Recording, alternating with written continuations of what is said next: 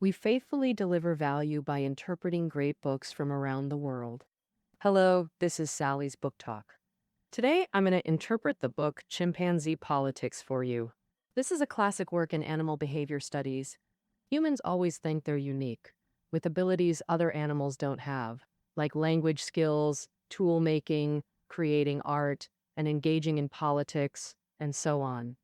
However, contemporary animal studies have repeatedly overturned these beliefs. As early as the 1960s, the famous British animal researcher Jane Goodall discovered that wild chimpanzees make simple tools. In the 1970s, the American Gardner couple successfully taught chimpanzees to use many gestures for communication. And the animal behavior research by this book's author, the famous American psychologist and animal researcher Frans de Waal, has pushed human understanding of chimpanzees to a deeper level. And in 1975, de Waal went to a zoo in Arnhem, eastern Netherlands, and spent thousands of hours observing a group of chimpanzees living there. His observations overturned many people's views of chimpanzees. Previously, most people thought chimpanzees were just savage beasts that excelled at violence, but de Waal found that they are more eager for friendship and peace than we imagined. More importantly, de Waal discovered that chimpanzees also engage in politics.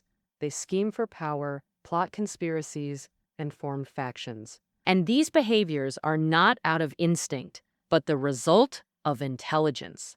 This book is based on de Waal's observation reports from 1975 to 1979 in Arnhem. It details the daily lives of the Arnhem chimpanzees and the two power transitions that occurred in this group. Although compared to humans, the political maneuvers shown by chimpanzees are more primitive. De Waal believes that these are only differences in degree, not in essence. Moreover, almost all human power struggles can find their origins in chimpanzees. Studying chimpanzees can also help us understand human nature indirectly. Since its publication in 1982, this book has been a bestseller for nearly 40 years. Its conclusions not only shook the academic world, but also gained popularity among business consultants and even became recommended reading on the desks of new U.S. Congress members.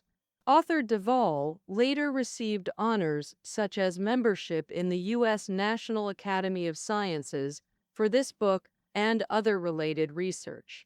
This book was also recommended by Harvard University in 2007 as one of the most influential classic books in human history. Next, I'll break down this book into 3 parts. First, what kind of hierarchical order exists in the Arnhem chimpanzee community? Second, what political behaviors do chimpanzees exhibit? Third, how do the Arnhem chimpanzees gain power through politics? For the first part, let's get to know the Arnhem chimpanzees. Who's in the group, and what's their hierarchical order like? The zoo in Arnhem, Netherlands, was built in the 1970s and features a massive chimpanzee enclosure covering about 4,000 square meters. Before the Waal, scientists struggled to comprehensively study the true lives of chimpanzees because wild chimpanzee communities are unstable. In harsh jungle conditions, scientists couldn't track all crucial behavioral details, while lab studies had too many artificial interference factors. But Arnhem's chimpanzee enclosure is like a single-species island surrounded by a moat. Visitors watch from 20 meters away, researchers observe from at least 6 meters, minimizing human impact. Thus, besides being well-fed, Arnhem chimpanzees live in an environment hardly different from the wild. On the other hand, this enclosed island setting is highly convenient for research. Before de Waal, naturalists like Darwin and Wilson chose island ecosystems as research subjects. In the wild, chimpanzee group leaders are adult males, usually older and stronger, but initially, Arnhem Zoo had no adult males, only 9 adult females and some infants. So their first leader was an adult female named Big Mama. Among females, hierarchy isn't decided by force, but by character, age, etc., mainly showing elder respecting order. Big Mama is about 40. broad and strong, like a Chinese family matriarch with an all-seeing gaze. If chimpanzees fight, Big Mama acts as a conflict mediator, separating them with her arms. Both sides end the conflict. If things escalate towards violence, the fighting parties often stop attacking and run screaming to Big Mama. The next highest status after Big Mama is gorilla. This female chimpanzee is Big Mama's steadfast ally. They not only attack others together, but when one returns upset, the other goes to hug her, offering comfort and encouragement. Other adult females and infants belong to the third tier. They live in paired groups and cooperate in caring for the young. For example, before Big Mama and gorilla had their own offspring, they doted on another female's son and often cared for the infant. Like humans, female chimpanzees aren't born with childcare skills. It's through mutual childcare that parenting knowledge passes down generations. This also builds strong bonds between older and younger generations. This mentorship in parenting skills shows primates' powerful learning and memory abilities, the foundation of other social behaviors. After 18 months of Big Mama's leadership, 4 adult males arrived, gradually changing the hierarchy. Initially, these newcomers couldn't become leaders and were constantly attacked. The strong-willed Big Mama refused to yield power, often directing females to chase and bite them. The male enclosure had drum-like climbing structures. To escape female attacks, like foot biting or hair pulling, males huddled atop the highest drum, screaming anxiously to protest their fear. During this period, they suffered frequent diarrhea and vomiting from stress. Eventually, caretakers removed Big Mama and her close ally, gorilla. 3 months after Big Mama left, with females leaderless, the oldest and strongest male, Yarrowan, about 30 and cunningly strategic, nicknamed Old Fox, became leader. Second was 25-year-old Lewitt. Other adults and infants formed the third tier. But upon return, Big Mama held special status. Though demoted to third tier, her prestige meant all females still obeyed her, and even Yaron showed deference. Losing leadership deeply frustrated her. At first, she often expressed her inner anger by raising her fur. But in fact, for the whole group, having a male as leader significantly reduces harmful incidents. This is because, although conflicts among males occur 20 times more frequently than among females, they rarely launch truly harmful attacks, unlike females. Big Mama either doesn't act, or when she does, it's brutal. Before the males arrived, chimpanzees were isolated weekly for injuries, because Big Mama often bit others till they bled and cruelly tore their skin. So from the group's perspective, male leadership is actually good. It reduces bloody conflicts. That concludes part 1. Arnhem chimpanzees have a clear hierarchy. With caretakers' help, male Yaroon replaced Big Mama as leader. Male Lewitt holds the second rank. The third tier includes other adults and infants. The hierarchy keeps competition and conflict within reasonable bounds. This makes reproduction, childcare, and social cooperation possible.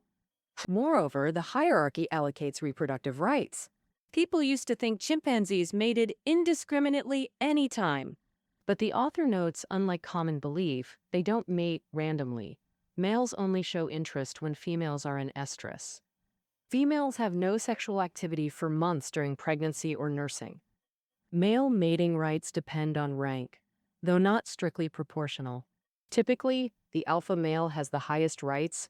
Dominant leaders may monopolize 75% to 100% of mating, increasing their offspring chances.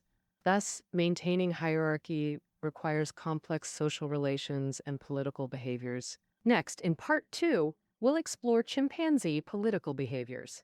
In his observations, de Waal found chimpanzees engage in political behaviors like provocation, reconciliation, alliances, division tactics, and deception to gain status or achieve goals. Compared to wild chimpanzees, Arnhem chimpanzees developed more sophisticated political skills.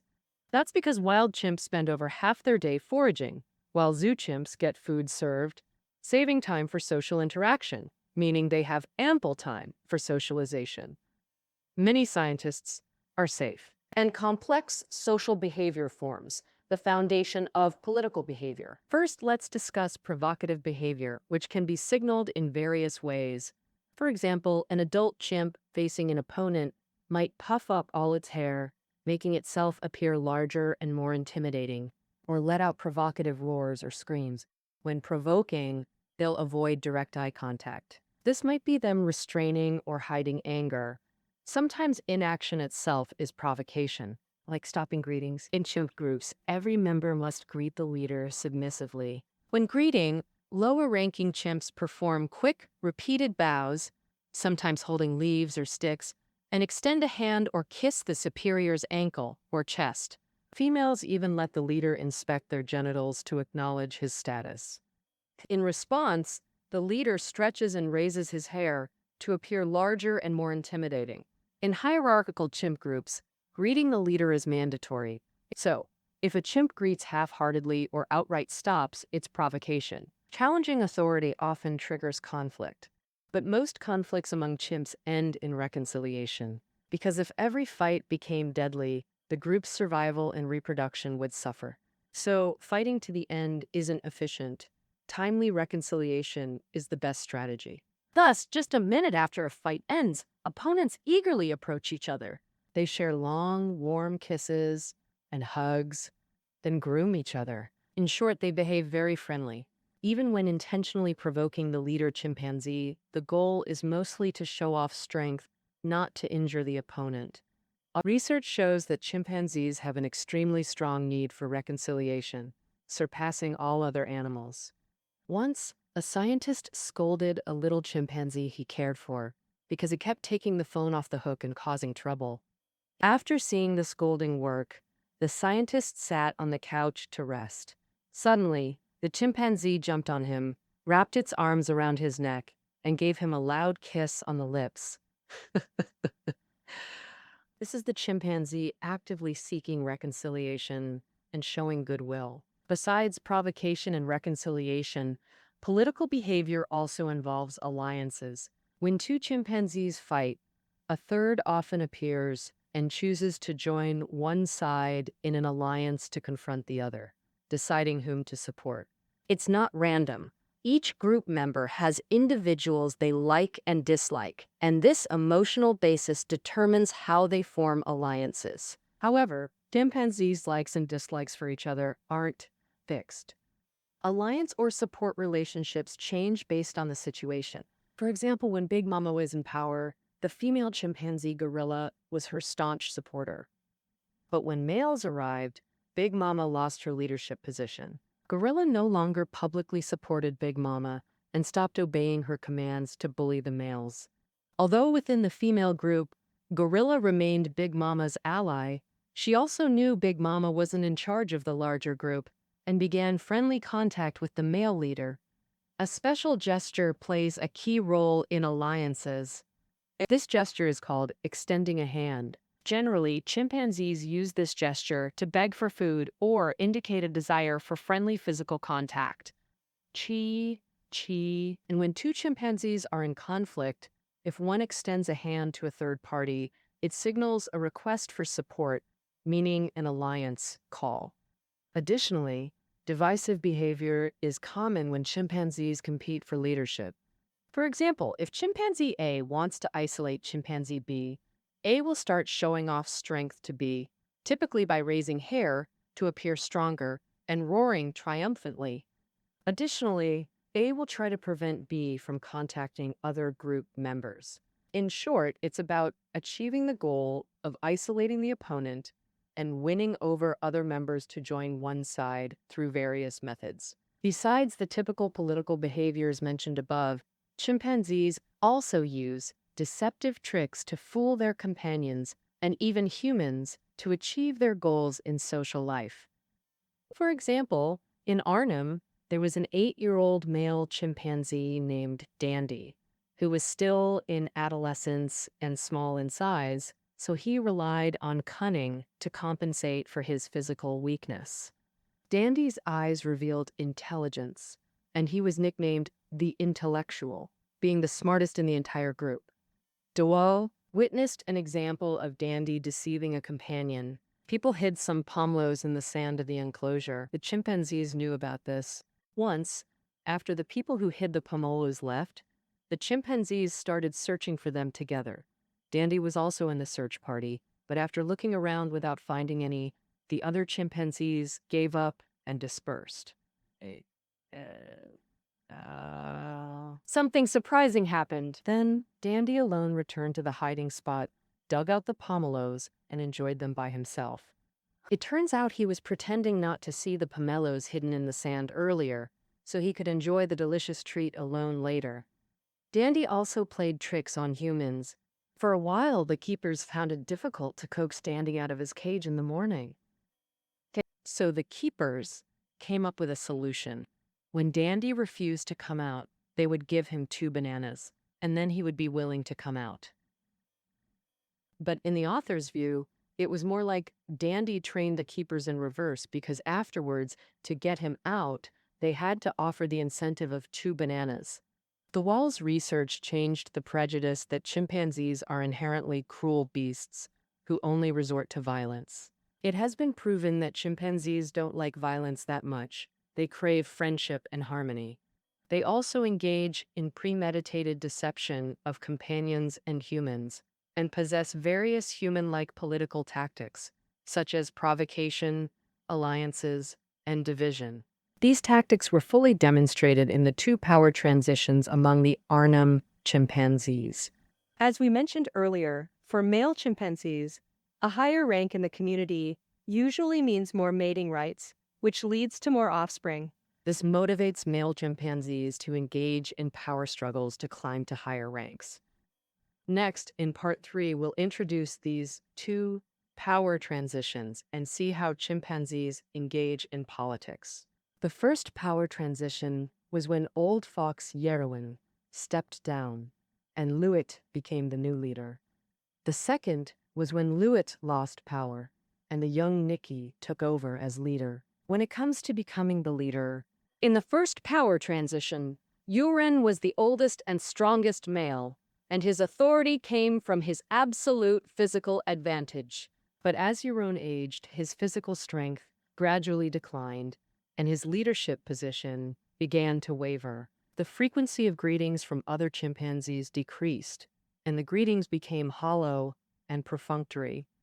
For example, just slightly bowing as a gesture, instead of prostrating respectfully on the ground.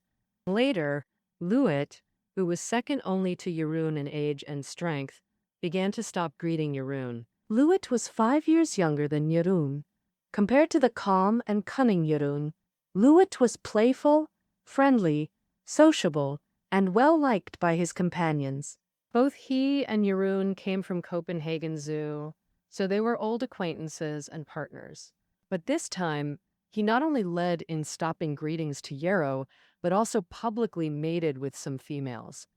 In chimpanzee eyes, mating with females in front of the leader is a disregard and insult to power. All of this meant that Louis was preparing to challenge the old leader. Now, Louis's challenge was divided into 3 steps. The first step was provocation. He would engage in various conflicts with Yeroen, including threats, chases, and fights. However, these behaviors were just provocations for power, not intended to kill the opponent. So nearly half of these actions were just showing off strength, not actual physical attacks. The second step was to win the support of the female group. In chimpanzee power struggles, the old leader doesn't rule the group solely by forced suppression, and the challenger can't win just by defeating the old leader with force. The relationship with the masses, mainly the female group, is a key part of the leader's ruling strength. Females and infants care about whether the leader can protect these vulnerable members. When females were with the old leader, Louis would harass and bully them to drive them away from the leader. Over time, Jeroen failed more frequently in conflicts with Louis, and the females became less optimistic about him. They gradually distanced themselves from him. And whenever females weren't with the old leader, Louis treated them friendly, helping them groom. He also played with their infants. thus gradually winning the support of the female group. The third step of Lewitt's challenge was to ally with Nikki. Nikki was a young male, about 10 years old, with big muscles and a broad forehead, seeming a bit dumb. But actually, he was extremely intelligent and had the best athletic abilities among these chimpanzees. Since Nikki was now the only notable male in the group, Louis decided to recruit him. Nikki also showed favor toward Louis during the power struggle between the two alphas. Louis quickly formed an anti-Yarrowan alliance with Nikki. Nikki helped Louis with peripheral tasks like supporting him during conflicts or preventing other females from helping the old leader. So, as the struggle intensified, becoming increasingly unfavorable for old leader Yaron, he fell into despair. He often lost his temper, emitted heartbreaking screams, ran childlike to Big Mama for comfort, or sat blankly with a defeated look. Ultimately, Yaron lost his leadership position. Lewitt successfully challenged and became the new dominant leader. Once the struggle ended, challenger Lewitt immediately switched from provocation to reconciliation mode. These old rivals calmed down and focused on preventing further conflicts. For example, they often groomed together while females and infants stayed in small groups around them, restoring peace to the community. As for key figure Nikki, though young and originally insignificant, his wise choice to ally with Lewitt transformed him into the second in command, just below the new leader. But clearly, Nikki wasn't satisfied being second. His ambition led to Arnhem Chimpanzee's second power transition. Soon after Lewitt's new regime began, the second and third-ranked males, Nikki and third-ranked males, Yarrowan, started making their own plans. First, Yaron's initial strategy was to split the powerful alliance between Lewitt and Nikki. By tradition, when a new leader takes power, greeting customs change. Now, Louis received daily respectful greetings from everyone. Even old fox, Yaron, lowered his posture to greet like others. But Yaron's greetings weren't so respectful. The author believes this was because acting too humble would undermine Yaron's status and dignity, unbecoming of his age. Moreover, Yaron sometimes collaborated with the new leader to discipline young Nikki, creating the impression that, although a former leader, he was willing to help Lewitt manage the group. The old fox. Yaron's second strategy was to secretly ally with Nikki to oppose Lewitt. Lewitt's peaceful time didn't last long. Nikki began showing less obedience to the new leader. So Yaron keenly seized the opportunity. When the new leaders showed off strength to them, they stopped displaying fear. Thus the old fox. Yaron would even scream and attack the new leader. Meanwhile, Nikki stood beside him with raised hair, appearing to jointly threaten the new leader. After Lewitt, the relationships among the three males evolved into a new dynamic. Lewitt became isolated. Nikki and Old Fox Yaron formed a new alliance. After a subsequent open battle, Nikki first stopped greeting. Lewitt followed. Then Old Fox Yaron also revealed his stance. After some time, Nikki began challenging Lewitt one-on-one. As the young faction, Nikki now surpassed leader Louis physically. Old Fox Yaron knew he couldn't match Nikki's strength, so he supported him. Ultimately, Louis lost to Nikki, and Nikki became the new leader. The second power transition concluded with Lewitt stepping down and young Nikki taking over. As the saying goes, winning power is easier than keeping it, especially since young Nikki lacked management skills. When facing disobedience, he only used force, causing more conflicts and fights. So to reduce chaos, keepers temporarily removed Nikki from the group. But upon return, Yaron changed stance, threatening Nikki with screams and turning the group against him. Surprisingly, when Louis offered help against Nikki, the old fox instead helped Nikki suppress Louis. The author believes this shifting attitude, helping Nikki one moment, opposing him the next, actually reveals the old fox's goal, undermining to make Nikki understand stable rule requires his power. Thus, by supporting the young leader while suppressing Louis, Old Fox Yaron secured his place among males. After two power transitions, Arnhem's chimpanzee community entered stability. Though less thrilling than power struggles, this stable period holds its own fascination. The relationship among the three male chimpanzees is in dynamic balance, so this equilibrium can shift at any moment. What matters after each conflict is whether they choose confrontation or reconciliation. So, and which side the third party chooses to ally with. Though new leader Nicky rose to power, he deeply fears the two older chimps teaming up against him. So whenever he sees Yarrow and Lewitt close or acting friendly, he flexes strength to force distance. However, this triangular dynamic makes Nicky's rule imperfect. On one hand, Nicky's youth means most females are more senior and don't take him seriously. For example, their greetings feel like routine or fear of retaliation, and they greet him less often. Less than 1/3 of the greetings given to second-rank Yaroon. Moreover, female chimps even gang up to attack the young leader. Such disobedience didn't occur under previous leaders. Crucially, a leader must effectively maintain order to earn genuine respect. Unlike Yarrow or Lewitt, Nicky needs other males' help to secure power and maintain order. This makes it hard for him to earn full respect from the group. For instance, during Nicky's rule, Old Fox Yaroon handled over 80% of order maintenance. And Lewitt was popular. When he lost to Nicky, females supported and sympathized with him. Thus, Nicky's rule relies on the male triangle balance, depending on Yaren while avoiding offending Lewitt. Nicky resembles a puppet government, receiving superficial obedience without true dominance. Using Machiavelli's view from The Prince, Nicky represents a government lacking authority. That covers the book's main content. Dewall documented Arnhem chimpanzees' daily behaviors and power struggles from 1975 to 1979. After that, the power games among chimpanzees continued. First, after Lewitt regained power for just over 2 months, Nicky and Yarrow jointly attacked him. He lost toes, fingers, and testicles, dying from blood loss. In 1984, Nicky drowned one morning while crossing a river to escape threats from other chimpanzees. Ultimately, the vigorous dandy became the new alpha male. In the book's foreword, renowned British anthropologist Desmond Morris wrote that humans always assume we're a completely distinct species from apes, but this is just a self-imposed limitation of being human. The most significant meaning of Dewall's chimpanzee research is that he discovered they also exhibit political behaviors like provocation, reconciliation, alliance building, division, and deception, abilities identical to humans.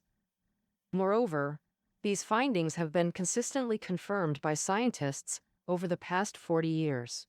Dewall believes chimpanzee social structure has a duality. On one hand, their social organization has a clear hierarchical order where the strong rule and the weak submit. On the other hand, an individual's true influence depends on the strength of their social network. For example, Big Mama, though not the leader, was the undeniable soul of the group, still influencing and even manipulating others' behavior. Then there's Old Fox Yarrow. Even after losing leadership, he held significant influence over the young leader and still had a say. This duality in chimpanzee social structure also exists in human society. Everyone is embedded in social relationships, cultivating useful ties with supporters and opponents, intentionally or unintentionally doing something. So, however, compared to chimpanzees, humans hide political intentions more subtly and mask power desires more carefully. Perhaps comparing human and chimpanzee behavior may upset some, feeling it insults the noble humanity of being the paragon of animals. But the author argues chimpanzee politics isn't synonymous with darkness and scheming. It's also constructive.